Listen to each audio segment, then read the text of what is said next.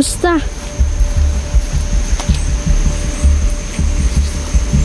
Hindi nalabasan yung paan nila sa yung paan ko na hindi na balong. Oh. Ipangkulam na daw itong mga tao sa baryo. Ha?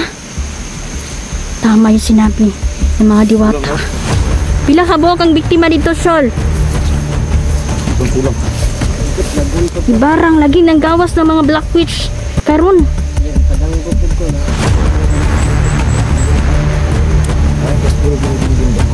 Kailangan natin lumabas mga diwata. Nagawa ni Inday. At para magkasama-sama kami ngayon. Dahil napakadelikado kung sila lang dalawa. Natawag namin sila kung magitan ng aming mga gabay. Sana okay lang sila. Hintayin natin sila solo. Solo po ay yun yung runner namin mga idol. At pinutusan ko din siya namin na mag-service siya sa baryo mga idol. Kasi tungkol po ito sa mga nakulam ng nakulam karon nga taga baryo mga idol. At ito yung balak ng ating kalaban na patayin sila lahat sa kulam mga idol. Yung mga taong inosente na nandun sa baba. Hindi tayo papayag mga idol na paulit-ulit lang itong mangyari sa mga taong wala namang ginagawa kundi mamuhay ng patas. Tulungan natin sila. Hintayin lang natin, pupunta na sila, sabi ni Gabay.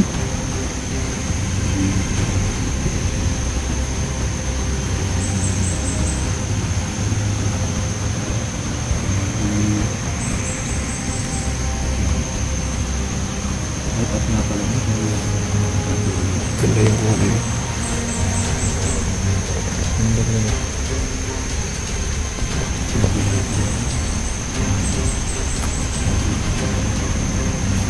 Kumusta kayo? Wala ba kayong nararamdaman sa inyong katawan? Oo, mayroon ako nararamdaman. Ano yan? Nakaramdam ako ng kalakasan. Mabuti yan.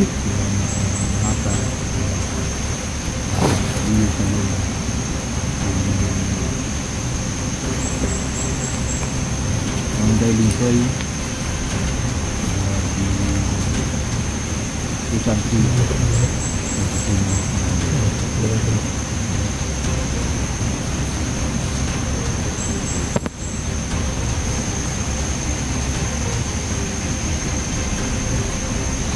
parang aabutan tayo dito ng gabi. Saya ako nandito na si Jandre, nagbalik na siya. Tol. Gumaling na siya Tol. sa kanyang karamdaman. Sakaling may makalaban tayo dito, tol. Sama-sama lang tayo, tol, ha? Huwag tayong magkuhan.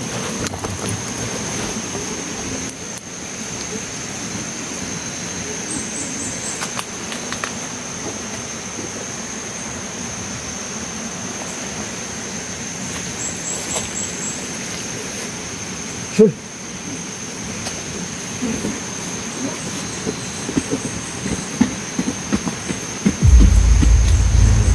Kumusta?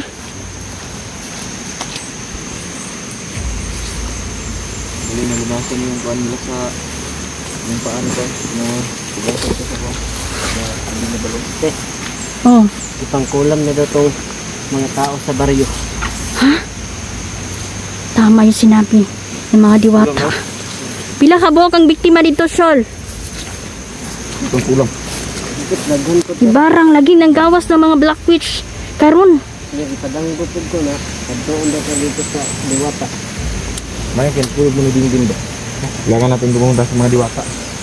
May mga idol, ang dami na pong kinulam sa baryo. Diyos ko.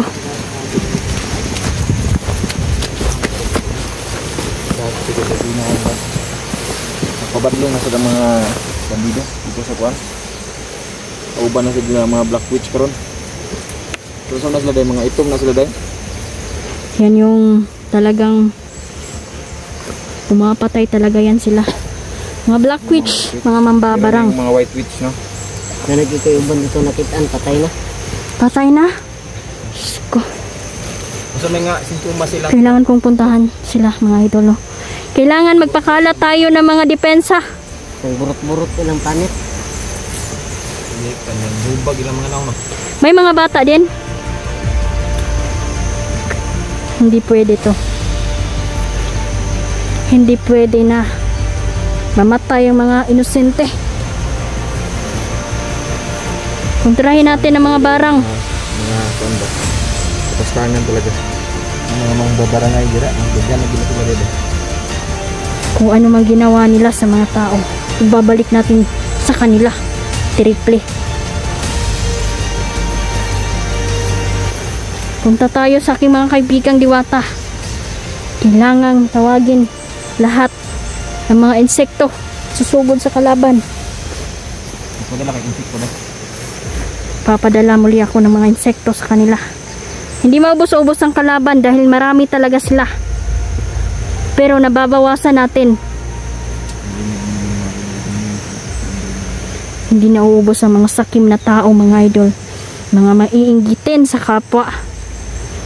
Gawa yan ni Satanas. Kaya ito yung pamamaraan nila. Gusto nila patayin ng mga tao. Wala na talaga yung walang kalaban-laban. Kalaban natin. Saan mo na sa una, katong akong anak, bikuan. Grabe yun. Ngayon ko sa kagaling, makakita lagi ko panitan, hindi na kukuhi ba? Hindi na hilabas-labas natin. Kaya yung mga Kumusta yung pagpasok niyo sa pangontra ha, ayaw din yung kalimot. Kung minsan makakaramdam kayo ng panghihina, wala yung problema, mga reaksyon lang yan dahil napakalayo ng lugar niyo, nasa kalit ng lumugag ng Hidria. Sana, sa lahat ng mga vlogger na matutunan din nila ang gumawa ng portal. Dahil maganda talaga pag may portal at makakalabas-pasok kasi bawat ang gulo ng mga lugar.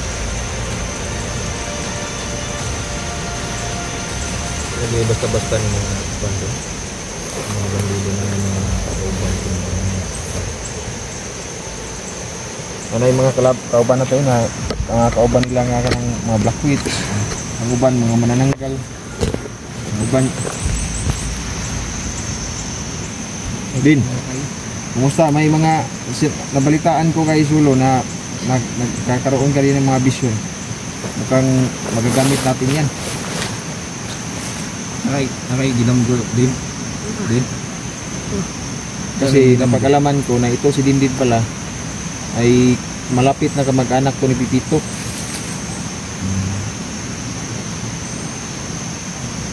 Malapit na kamag-anak. Wala, parintin na mo si Pipito din. Ha? Sila ay pamilya ng mga... Sana ba si Pipito? Ha? Dapat sinama mo. Wala na, okay na si Pipito. Eskwela to. Wala tayo problema na. Nandun na sa kanya. Balita ako nagka-UTI daw eh. Ha? Nagka-UTI daw.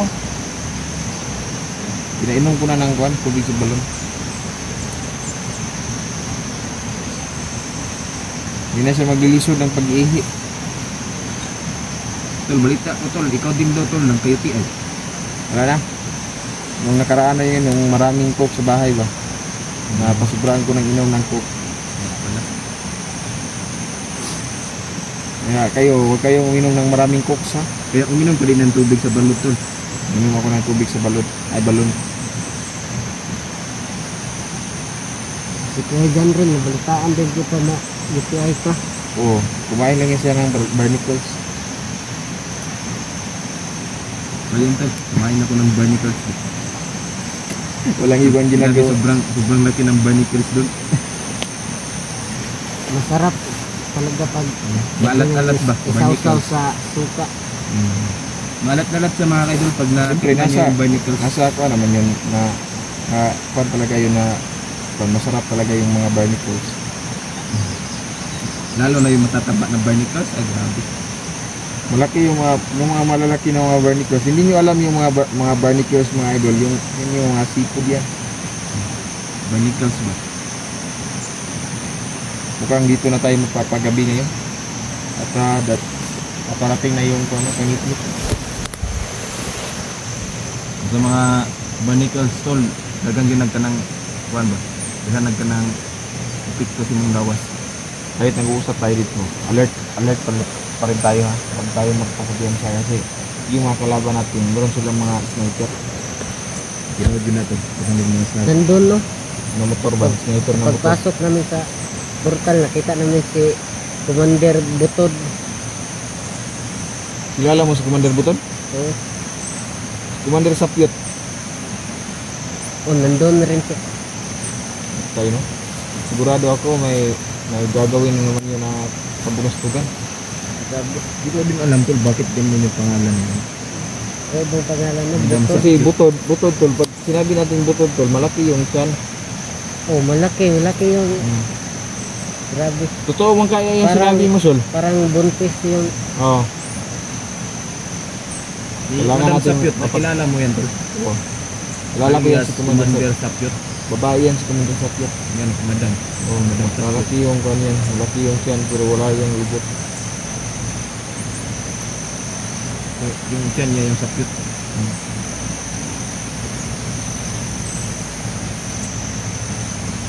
Kailangan natin makahanap ng pagkain. Survival tayo ngayon. Marami tayong makita ngayon tayo mga karlang pako. Gagamitin natin yan. Kasi meron naman dala si Inday na burner at nadala din siya kaldero. Anong oras na yan? Din. Mas 4 na. Sabi na. Gabiin na gid mga rider no.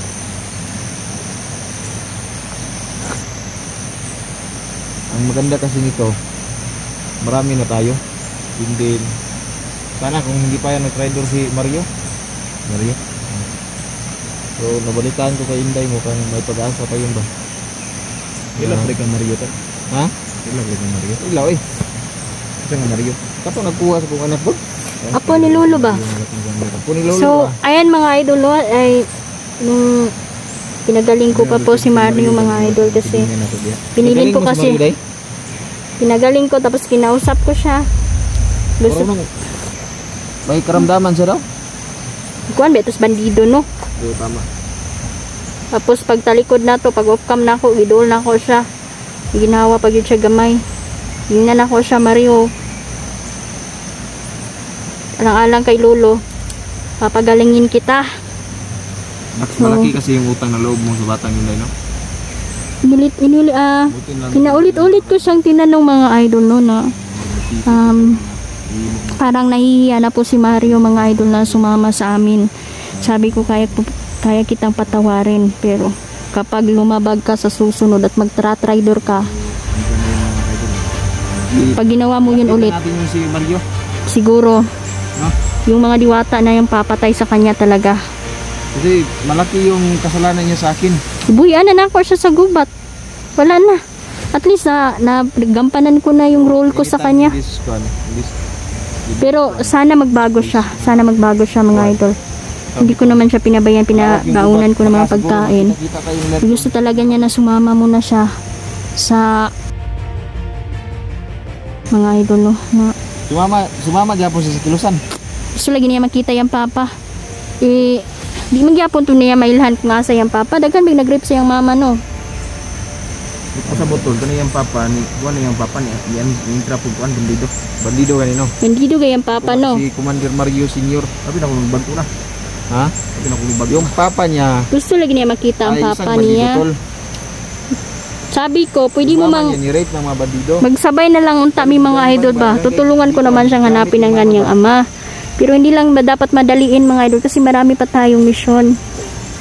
Kaya nagyud siya kapaabot mga idol no? So pinagaling ko siya. Ito nga si Solo, naghahanap na ito sa kanyang mga Tapos magulang.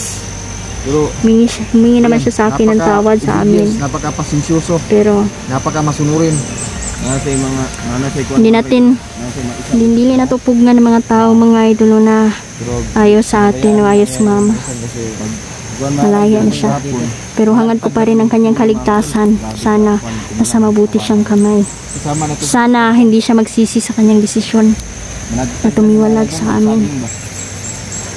Si General, Pintek down.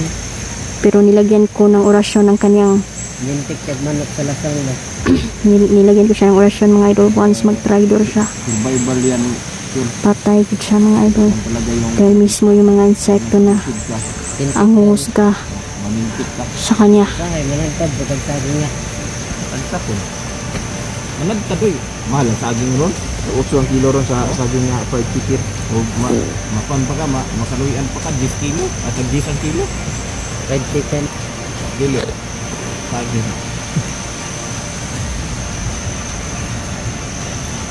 Pero ang balita gyud sir nga daghan og mga na nila mambarangay.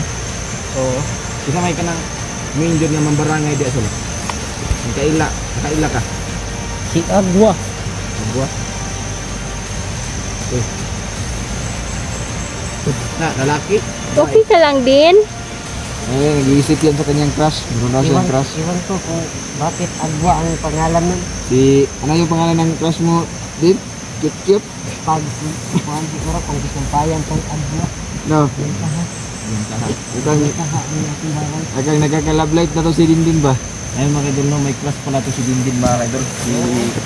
Cute. Cute. Napakaganda nun. Ilang, matutupad yan lahat ng mga pangarap mo. Grabe, in love talaga si Dindin kay cute. Dahil sa ganda. Para si Inday mga idol, no, maganda. Yan. So,